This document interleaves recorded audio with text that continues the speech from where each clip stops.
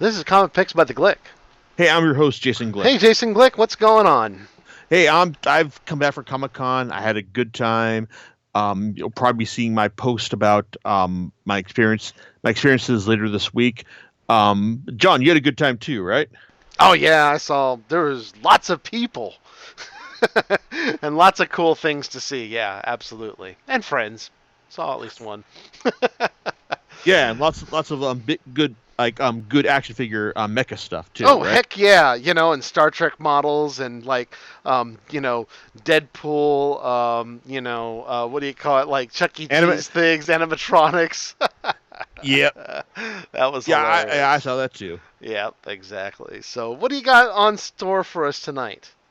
Okay, I've got something that it's like I've been reading for a while, and that wrapped up a while back, and it's called Princess Jellyfish. It's a shoujo, or I guess if you want to stretch the definition, josei manga series that well, it's kind of like furthers my feelings that this year hasn't been a good year for Jap- for Japan portraying its fandom, because you've got I already Steve and I already went into how we had issues with Genshiken second season. Princess Jellyfish is also along those lines, in the sense that it focuses on kind of like female fangirl stuff, because it's about Tsukimi. She is a like a jellyfish otaku, and she lives in a like in a inn, or that's kind of like been a that's kind of been copied as a commune for other female otaku called Amamizukon. Like, in addition to her, you've got fangirls who love the three kingdoms, Japanese trains, older men, kimonos, like all this. It's like all this crazy stuff, and and even though the series labels them as fujoshi, which translates to rotten girls, which is usually a term that's kind of applied to like girls who like yaoi. We're not gonna dive into that so much here, but it's basically a series about female fangirls. It's like who've got their own obsessions, and how they deal with them. Specifically, Tsukimi. It's like as she like it's like as she's got her own jellyfish obsessions, and at one point it leads her to starting an argument one at a pet shop owner, about how how he stacks these two different antagonistic jellyfish types in one. It's like in an aquarium, but then and while she's just trying to explain her nerdy beliefs to this guy, this stylish gal comes up to her after she's been kicked out, and the stylish are just the natural enemies of the of the fangirls. But this girl helps me out and helps her secure this. It's the more vulnerable jellyfish for her own for for her own sake. And Tsukimi is just kind of oh, well, thank you for doing this, even though you are kind of my natural enemy for being stylish and socially adept. Things get even more complicated when after allowing the stylish girl to stay overnight in Amamizukon, um, Tsukimi finds out that, oh, this girl isn't a girl at all. She's actually a guy. Kuronosuke, who's a cross-dressing guy who's just so beautiful that he can act as a he can cross-dress with the drop of a hat, and that's not an abnormal thing for manga series. But what the series how the series complicates things is that Kuronosuke is actually part of the ruling family for Japanese politics, the Koibuchis, including his straight-laced brother Shu, who is who is forever trying to keep his wild younger half brother in line. So, but but it gets even but it gets even more complicated once Shu encounters a Tsukimi who was at one point made over by Kuronosuke, and he believes her to be a beautiful goddess, to he wants like who he that he can like eventually marry at some point, and also the fact that Mizukon, even though it's like devolved into like a boarding house for like female fangirls who are not in education, employment, or training, neats, if you will. It's like it's actually being going to be sold by the owner. It's like in order to like facilitate her move to Korea to follow all the like it's like the actors and like the actors that she loves there. So like ostensibly the thrust of Princess Jellyfish is a we gotta save the it's like we gotta save the inn type thing, and it's like and you've got these socially incapable girls.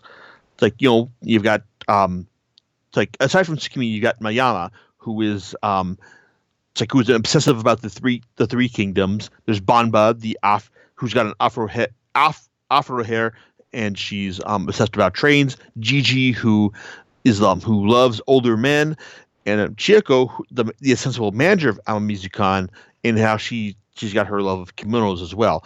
And there's also Meijiro Sensei, the never seen author of Boys Love manga, who helped establish the no men allowed rule in Mizukan.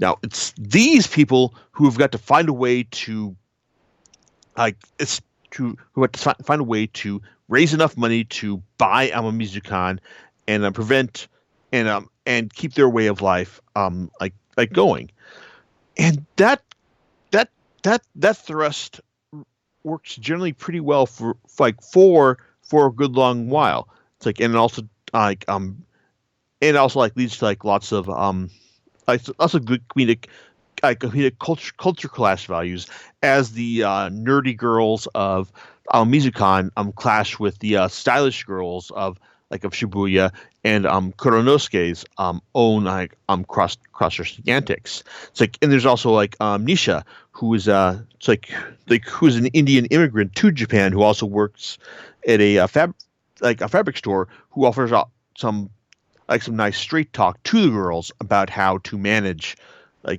their upcoming business. And for a while it seems like this is going to be like the thrust. Like you've got got the you've got the like the nerds fighting against the normies, and there's some good stuff here.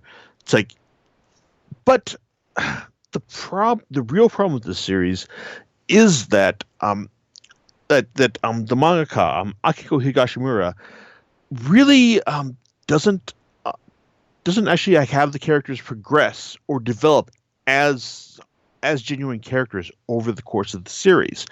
Because one of the running gags of the series is that the female otaku of Amamizukan just keep petrifying, turning to stone in the face of the stylish girls, and it's like, and okay, that's a good gag. Okay, we understand why they'd be quote unquote petrified by encountering these normal socially capable people, but as the series goes on, it's like you would think that Tsukimi,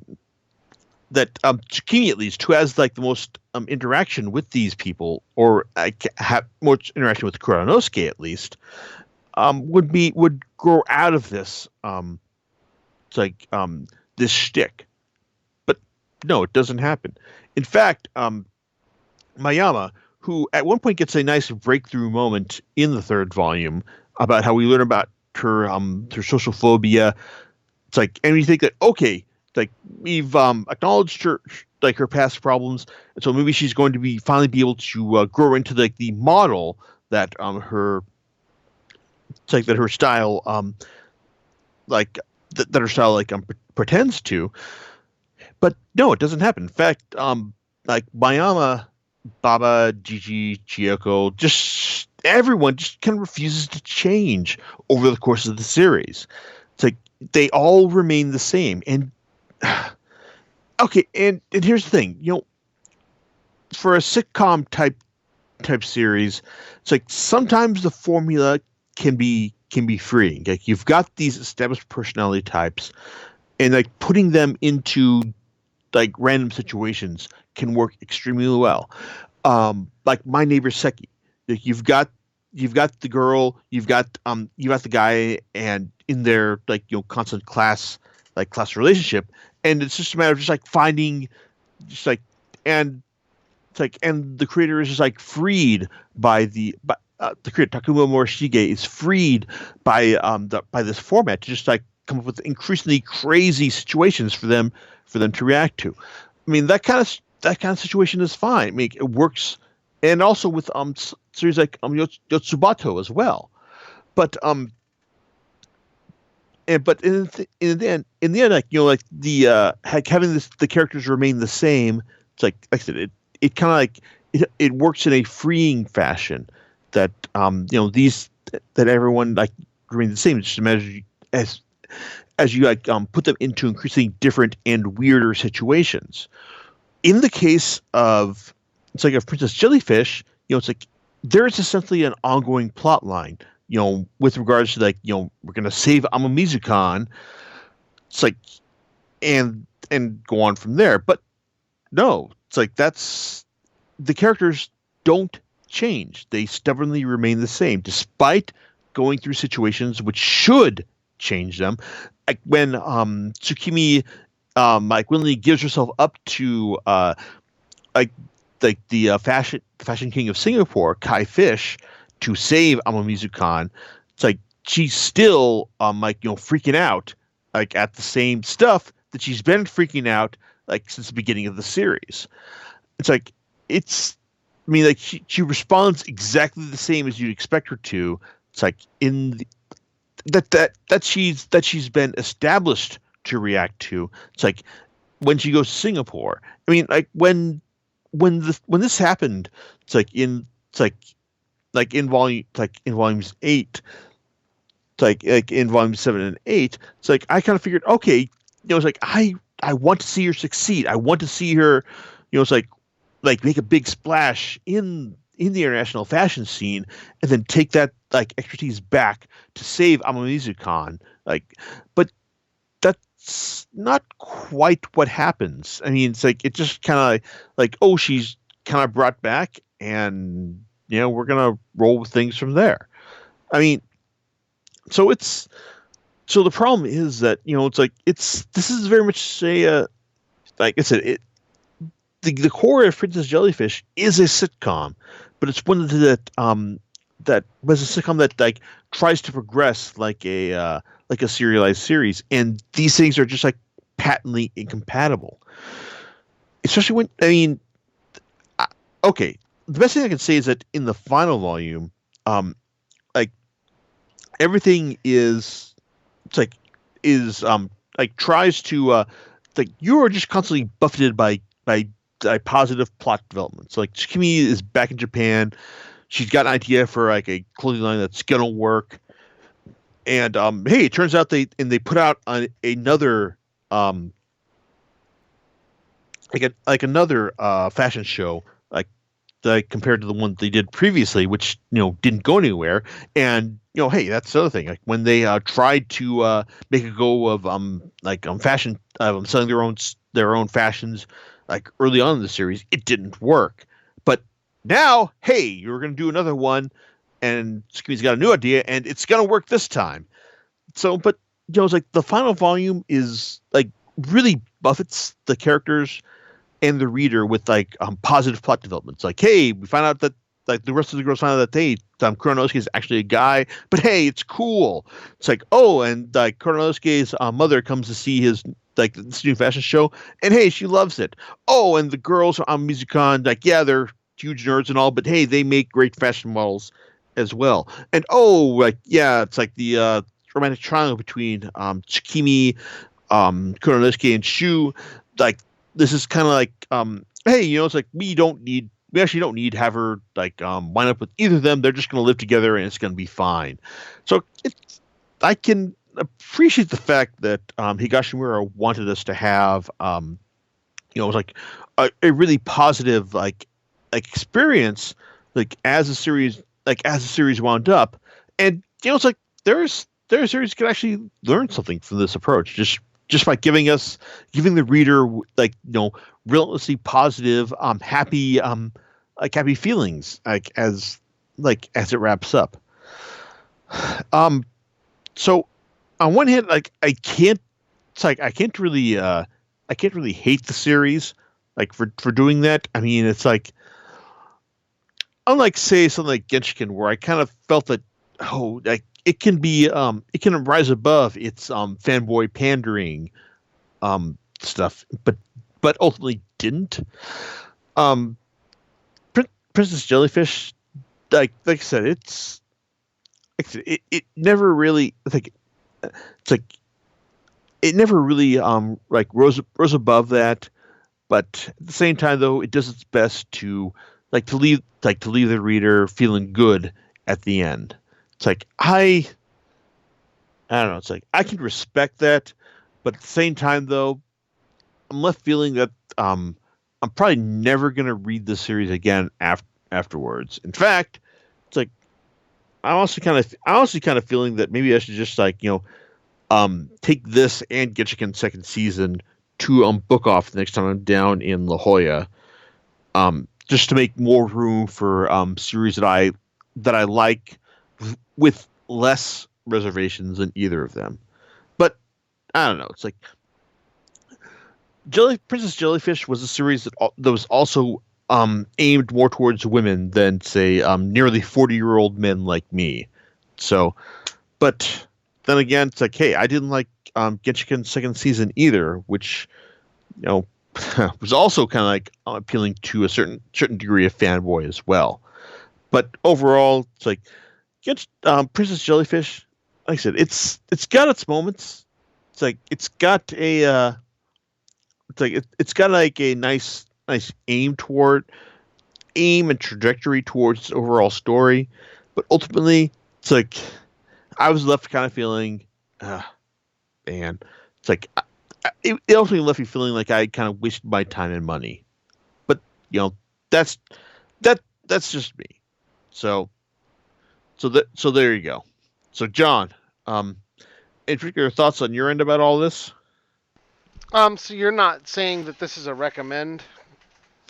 If you're the kind of person who goes by my recommendations, then no, this is not something I would recommend.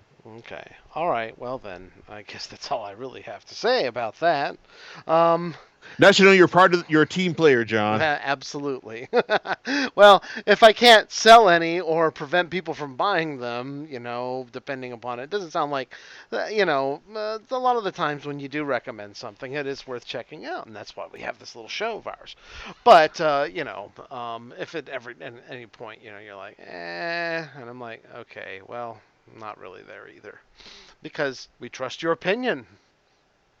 Thank you, sir. Yeah, absolutely. So, with that said, do you know what you're going to be talking about next time?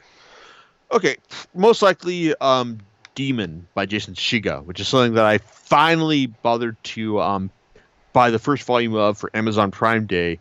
I thought was really enjoyable to the point where I ordered the rest of them the day before I recorded this podcast. Okay. And that's a manga, I'm assuming, correct? Actually, no. Oh, okay. All right. See? Yes, his name sounds Japanese, but no, it's not actually a manga. Well, I guess we'll be waiting on bated breath, and we'll see you next time on Comic Picks by the Glick. All right, laters. Bye.